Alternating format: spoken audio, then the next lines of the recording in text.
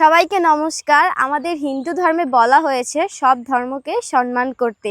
আর আমরা ছোটবেলা থেকে বইতে পড়ে এসেছি ধর্ম যার যার, উৎসব কিন্তু সবার।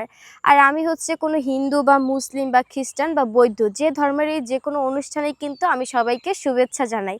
এটা আমি মন থেকেই জানাই।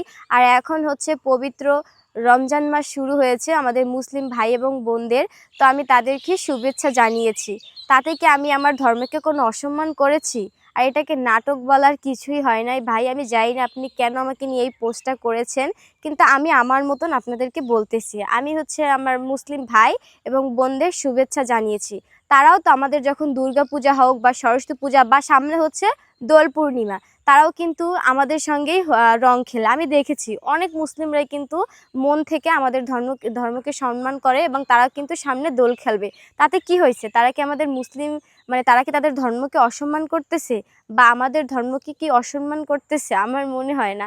আর আমি কি করেছি? আমি তাদের শুভেচ্ছা জানিয়েছি। এতে আমার ধর্মকে মনে হয় না আমি কোনো অসম্মান করেছি।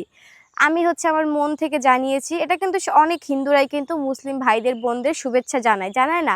আপনার ফ্রেন্ড যদি এখন মুসলিম হয়, আপনি কি জানান নাই আপনার মুসলিম ফ্রেন্ডকে যে শুভেচ্ছা?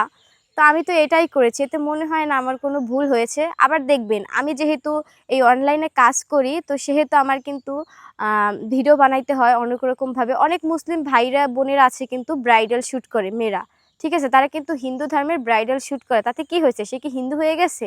বা তাদের মুসলিম ধর্মকে কি তারা অসম্মান করতেছে?